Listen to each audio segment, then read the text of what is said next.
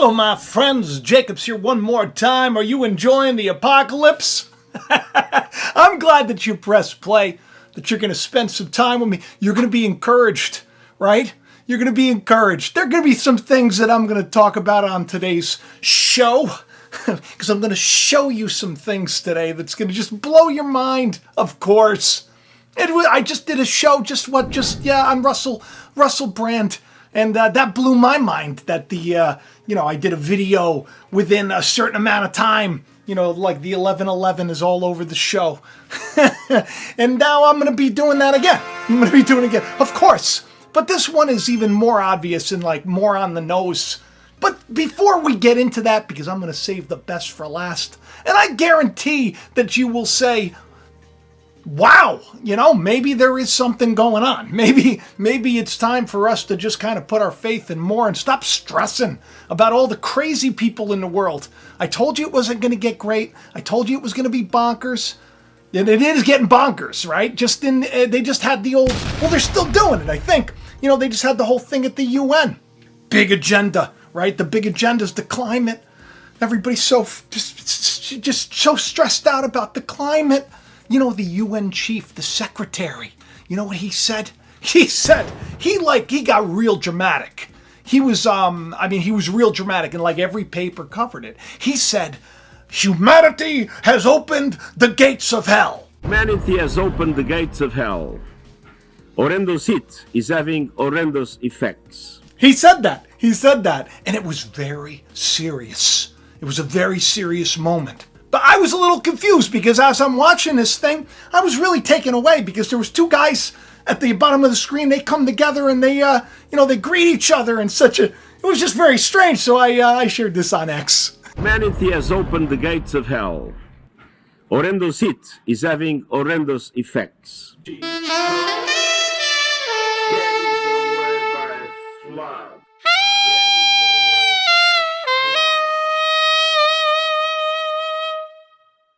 And thousands fleeing in fear as historic fires rage.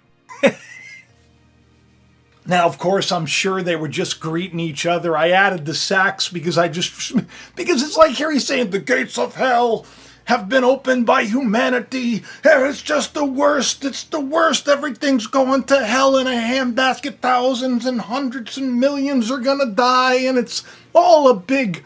just so terrible. And then you got two guys doing this. They're just coming over and doing this. Meeting, they're like, woo, hey, what's up, Joey? How you doing, Tony? I don't know if that's their names. I don't think a Joey and a Tony would greet each other that way. Just call me crazy. I don't know. I'm Italian, so a lot of my Italian friends, I don't think that's not the way we greet each other.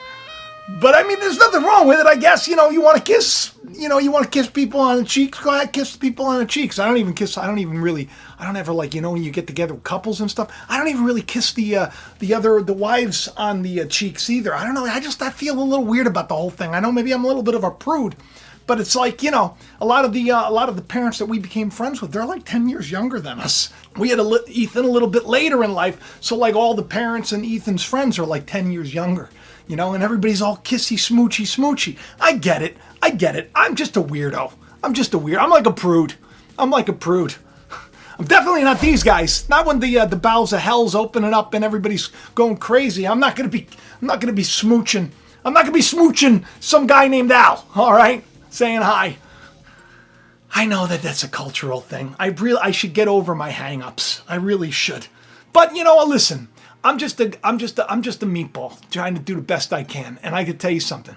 When I saw them, sharing the gates of hell, I'm like, yeah, of course. I already told everybody the gates of hell were opening up. I've done shows about, CERN and all them opening up the abyss. And I've talked about it. And listen, if you're new to the channel, this is stuff that I've covered again and again and again and again.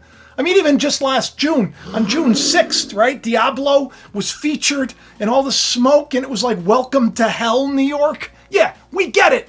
You guys opened the gates of hell. It's not a big deal. Not a big deal. You know why I know it's not a big deal? Because I wrote an essay. Here we go again with the 11:11. I wrote an essay called The Gates of Hell Shall Not Prevail. This one right here. On January 1st of 2011. 1111. Weird, right?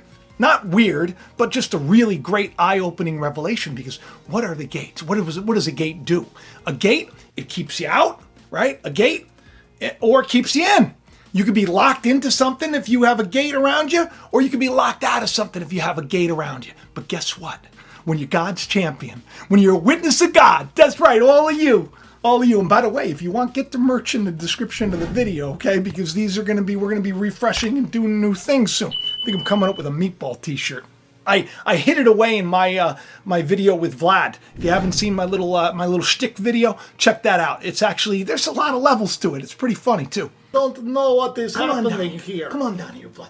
So the UN Secretary General saying the gates of hell, humanity has opened the gates of hell. And Jesus reminded us thousands of years ago, he said, he'll give you power over the gates of hell. Now, if you have power over the gates of hell, that means you can open it or close it, right? That's a deep revelation. And I'm going to get to that in the end of the show. It'll really help you in your life, especially with the days that we're coming to. But I got to tell you something, because this is where it gets a little eerie, a little weird. I've done, like I said, I did videos. I did this video, this short right here about New York. Check it out. If worrying about the apocalyptic fires that's making the video game Diablo fly off the shelves because they've taken advertising to a whole new level, predicting hell would be coming to New York City, that's probably just the beginning of your concerns. We've been talking a lot about how, this is it. This is the moment we've been waiting for. And, in the scriptures, what happens is the gates of hell are opened in the end, right? So isn't it interesting that the secretary, the guy who speaks on behalf of the world, the powers of the world, he's declaring that the gates of hell have been opened? Well, don't worry, because Jacob, he actually did a video, guess what? 1 year, 10 months, and 11 days before it, 1111, right here, check it out, called It's All Connected, the Gates of Hell Are Opened. In that video, of course, I talked about Charles III, and I talked about climate. That's strange. Don't you think that's strange? Stranger still that look at the thumbnail. What do I got on that thumbnail? 1111. And then I have exactly 11 days in between this video that I did called It's All Connected. They've opened the gates of hell, and the head guy of the world saying humanity has opened the gates of hell. He's like, Jacob said it a year ago, in 10 months and 11 days. I'm just going to confirm it for you. The gates of hell have been opened. This is the thing that happens. But guess what happens next? Christ comes. But take a look at this video that I did, 11:11, just like on the thumbnail, 11:11. Strange. Say the same thing. You put the two of them next to each other. And how many videos have I been doing lately where it's like 11:11 or it's like 1:11? And, I'm doing things. This is just strange, right? This is fun. I'm not crazy. I have faith, and maybe God's really speaking. They're already bringing the world together. We're going to marshal our efforts together, Prince Charles said, right?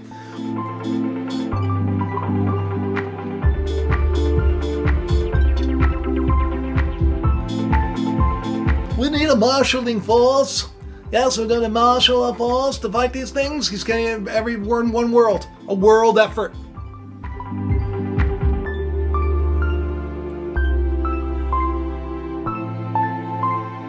Already got the house of Abraham, right? The Abrahamic house going down. They got a new language that marries Hebrew and Arabic together.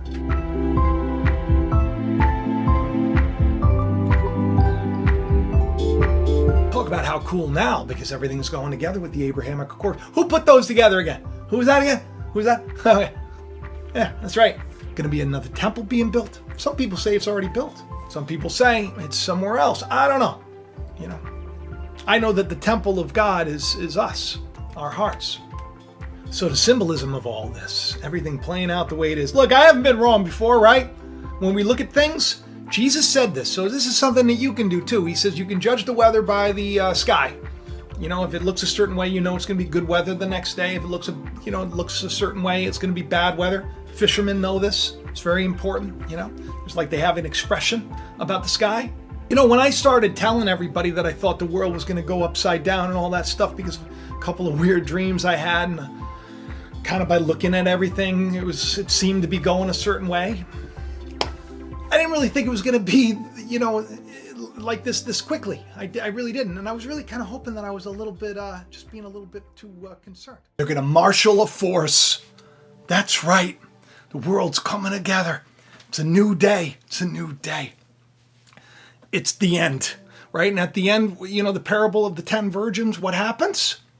The ones that have the oil. Remember, I've been telling everybody to pray. I said, it's not too late. It's never too late. It's never too late. Every day is the day of the Lord, if you know what I mean. So every day you should pray and ask for more. But Biden canceled off those oil, you know, these oil contracts. And now in the news, it's like the oil is a big deal. Olive oil prices have surged almost like 200% or something because they're out. They're out. The oil, because there was such terrible weather and there were fires and everything else. The olive oil has been damaged. Extremely dry weather. Some 50,000 liters of extra virgin olive oil reported stolen. They're stealing olive oil. Why would they be stealing olive oil? Because they don't have any.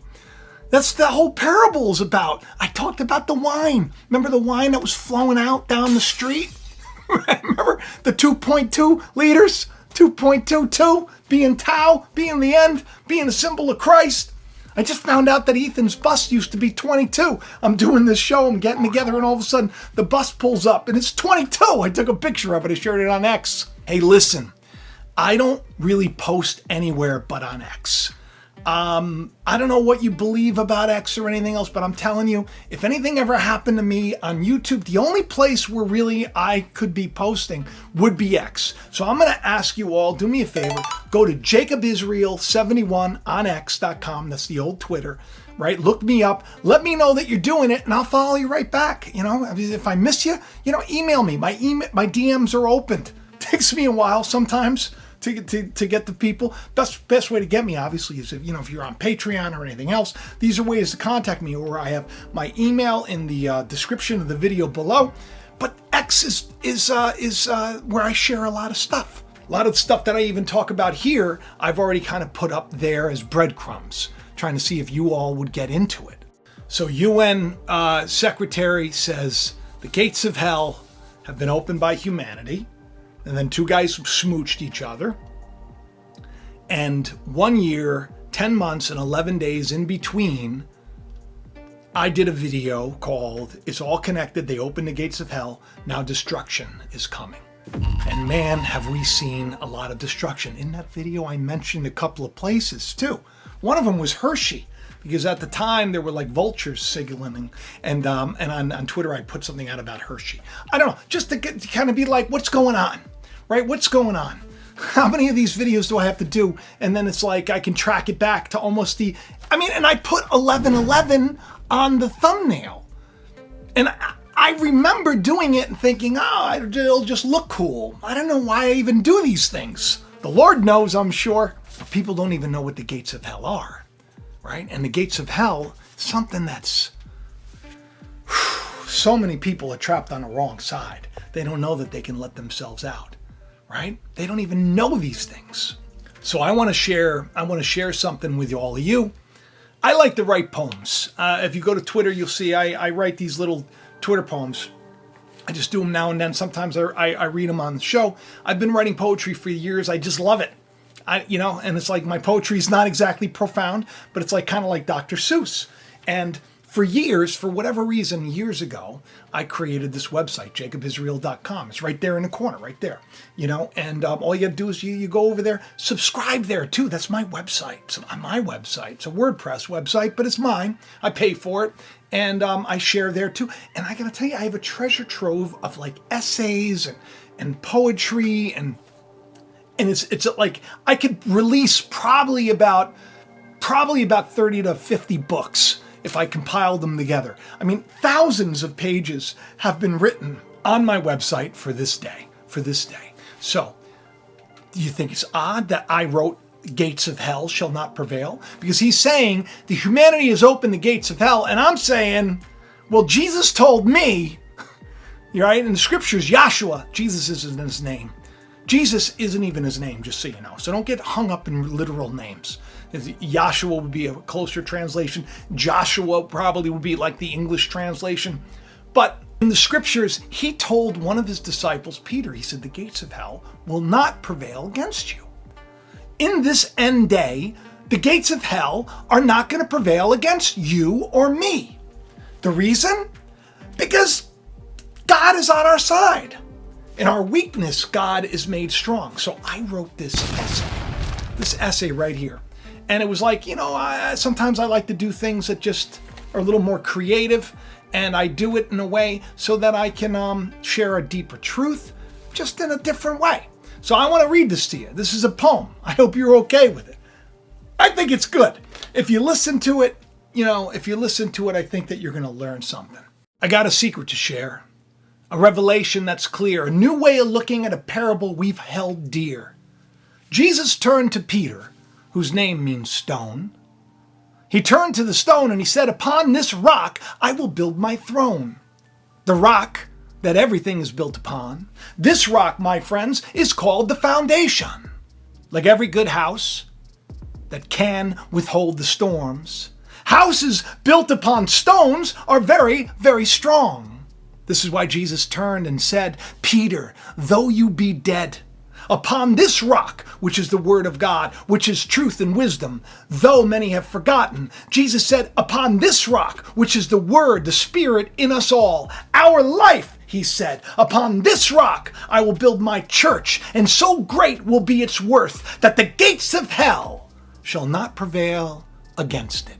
Now you've believed and received that this meant a simple man named Peter was where it all began. The reason people ask, which church do you go to, or are you a Christian? A whole religion, in fact, remains intact upon the simple misunderstanding of this ancient transcription. To believe the rock was Peter. Sure, if you want to worship carnal flesh man, whatever words are neater. But I assure you, these religions have gone wrong. He said, upon this rock I will build my church upon. The rock, which is the word of God, which is the foundation. We just forgot the whole lot when we began to listen to the chants of religious leaders saying they are the foundation of this kingdom, which is within us all. It's about having great power, about how our weakness in us, God makes us strong. You see, everything was made by the Son, for the Son, through the Son, and the Son, ain't this fun, is you and me and everyone. Wait, don't run. I haven't even begun to help you shun the lies you've been sold or told that have you believing that Peter was receiving were words that proved if you were a part of a man-made church, the gates of hell, you'd never call home. And you understood this to mean there was no in-between. Become part of a religious church or things most surely will get worse. Look, hell's gate await. Join the church, they say, and escape the fate. But let me explain and rearrange the thoughts in your mind if you have time. Don't worry, this is almost the end of the rhyme. The purpose of gates is to keep people out or to keep people in. So the power of the gates is not found in their swinging, but the power of the gate is found when it's locked in its place, keeping us, you and me, keeping in and out the entire human race. You see, for the gates to prevail, they must be strong. But gates that can swing open for us, not only will they not prevail, they don't even belong. A gate's purpose is to separate, to keep out or keep in. The only way a gate can prevail is if there is no opening. But we were given the keys. Let me explain what they are, please. From science to nature to life to love and strife, from scripture to Moby Dick to the Matrix movie, for some that's all, it all seems to fit. It is through parable and allegory that our understanding is found. We've been taught to only listen to government-approved religions that are all around.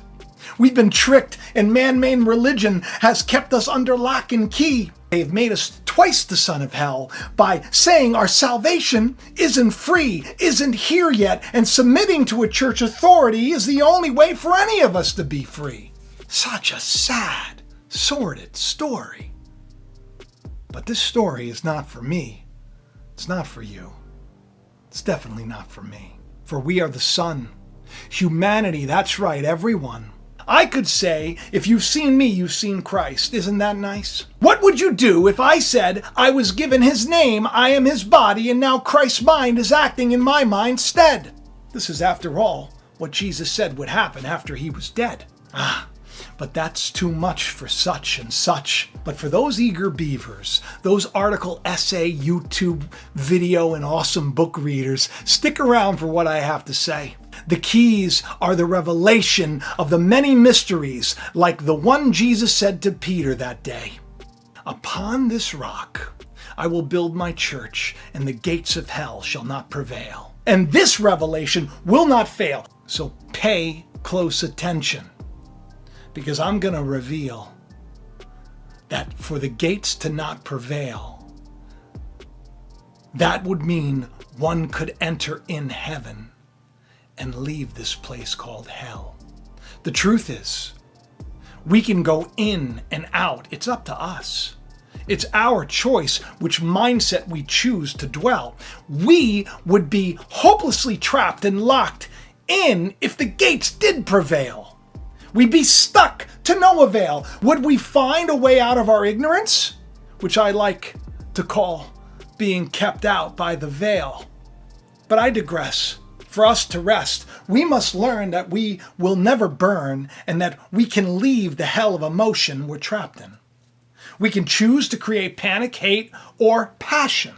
We can stay locked away, or we can exit or enter in. It's our choice how many times we visit this place whose gates can keep us out or keep us in. Yes, it's up to you, all of you, who every day I call my friends. God gave us wisdom. So wait for it. Wait for it. I'm almost done. Believing the worst and getting more? Having no faith, no trust, no love, yet to church every Sunday for more? Especially when your religious leaders tell you what these keys are keeping you from. They say there's an eternity of suffering to come for those they don't believe the way they do. As opposed to letting you know you have the power to enter ignorance or wisdom. It's all inside you. Upon this rock, which is the foundation, which is the Word of God, which is the truth, which is the kingdom of God, which is your life, which is only in you, if for you, so you can stay or go as you please, create or destroy with ease. So today, take control, each and every one of you, of your thoughts. Tend to that garden and decide whether to hide in the trees of your imagination or to complete the revelation of Jesus Christ to run. Just remember, the gates will never prevail. It's our decision whether to create on earth heaven or to stay chained in the misery of your own personal hell. The gates of hell prevail no more. That was a poem I wrote. And if you stayed and you listened to all of that and it made a lick of sense, I appreciate you. I thank you for coming. Listen, I hope that this encouraged you. Listen, more and more lately, I'm getting more and more encouraged. Even I get a little blown away because I heard about this Gates of Hell comment and I was like, didn't I do a show? And I went back and that's when I found that poem. And then I was like, but didn't I also do a YouTube video? And then I go back and I find the YouTube video and I look at the thumbnail and there's 11:11. And then from that video to that ridiculous kiss fest that went on at the UN, from when it began, 1 year, 10 months, and 11 days, 11:11.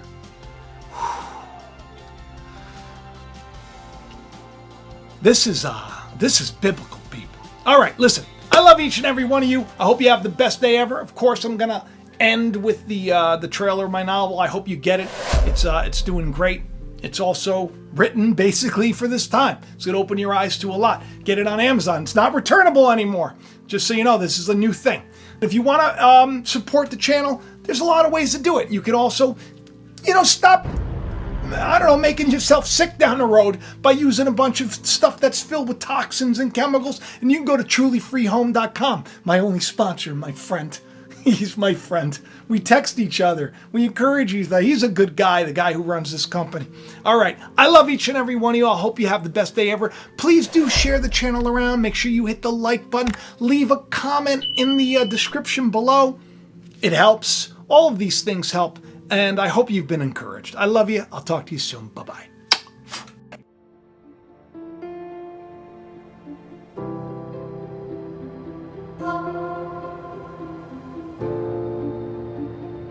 September 10th. Mars hangs closer to the Earth than it has in 6,000 years. Like the light that led men from the East to a child in a manger, it could well be a sign of good things to come. Thomas James shall be his name. The world will change because of him. In the small town of Bethel, in a time not unlike our own, a child with a great purpose is born. Years later, alienated by his peers and abused, Thomas suffers a devastating loss. When it appears he has nothing left to live for in the world, this is when his true calling begins.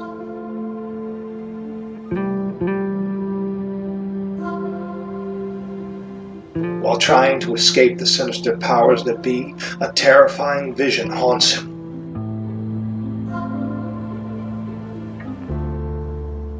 Miraculous events seem to follow the peculiar young man as he struggles to come to terms with what he was born to do. The stage is set. The time is at hand. The truth will rise and a revolution will begin. The startling revelation of who Thomas James is, truly, will change the lives of those around him and set off a chain of events long ago foretold. There is more to this novel than one might think. Inside these pages hides a treasure just waiting to be discovered. So if you've ever wondered if there's more to life, or why it is we suffer, then this story will not only captivate you, it may just open your eyes to a truth that could set you free. Find out what is in us all that makes us heed the calling